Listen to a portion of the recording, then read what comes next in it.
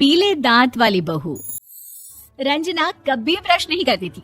उसे कितनी बार उसके माँ बाप ने डांटा, लेकिन उसका कोई असर उस पर होता ही नहीं था, जिस कारण से उसके दांत पीले पीले हो जाते हैं।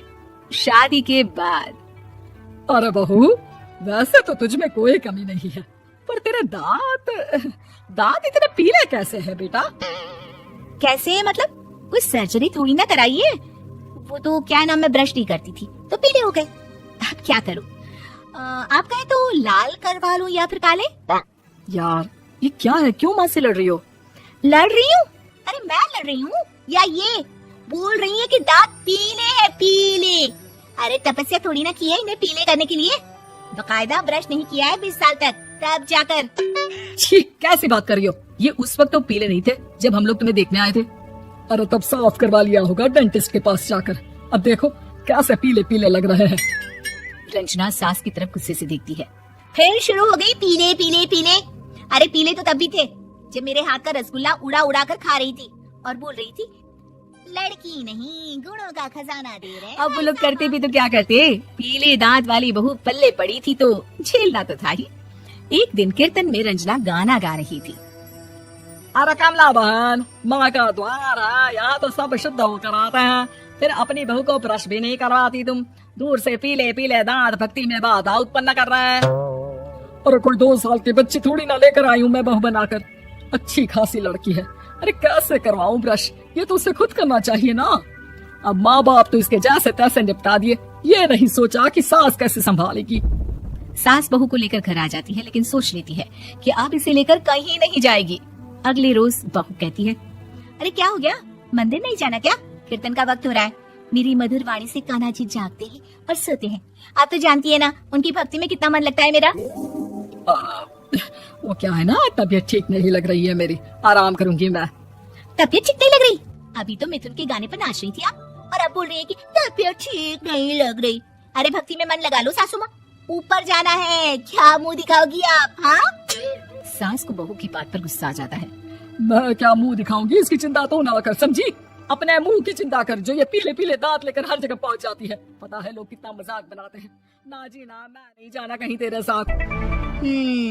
तो ये बात है, कोई ना, मत जाओ, मैं अपने कमरे में ही बैठकर भक्ति कर लूंगी।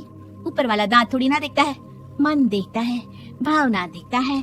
और अरे बस बस, तू सब कुछ दिखा, बस ये सफेद चमकदार दांत ना दिखाना किसी को, है? जा यहाँ से। बहू को सास की बात का कोई फर्क नहीं पड़ता, वो तो जैसी थी वैसी ही रह जाती है। सुबह नहाकर किचन में खाना बनाना, फिर खाना खाना, कीर्तन भजन करना और सो जाना। एक दिन, माँ जी मैं सहेली के घर जा रही हूँ, शाम को लेट आऊंगी। हाँ, तो जाना, मैंने कौन सा तेरी आरती करनी है घर पर बैठकर।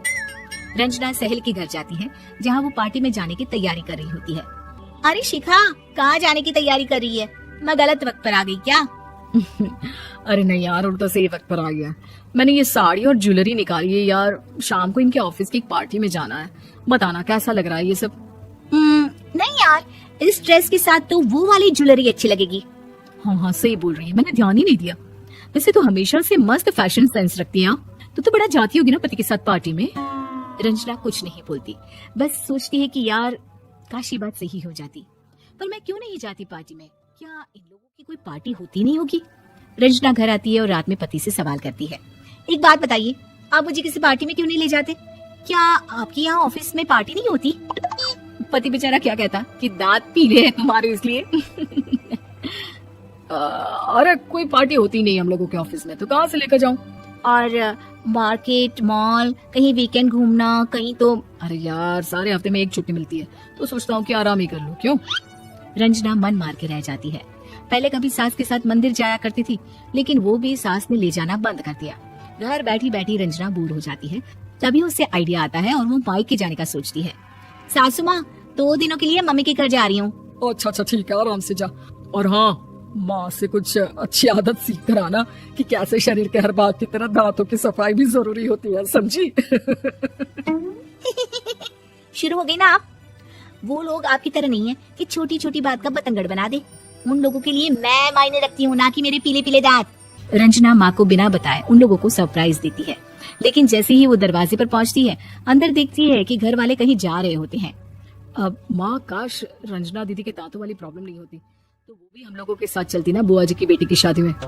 हाँ बेटा, लेकिन अब उसे कौन समझाए कि उसको उसके पीले दांत नहीं दिखते, लेकिन उसके आसपास के लोगों को कितना एम्बैरेसिंग फील कराते हैं।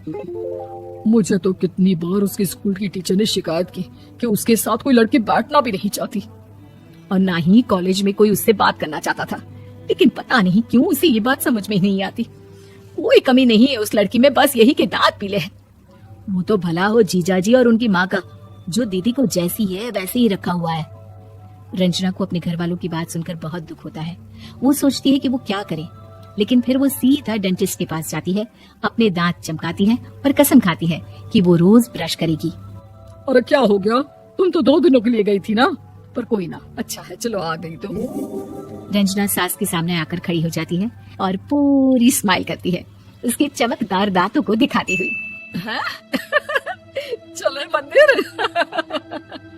माँ मुझे माफ कर दीजिए, मैंने आप लोगों को बहुत एम्बैरेसिंग फील करवाया। मैं आज से रोज ब्रश करूंगी।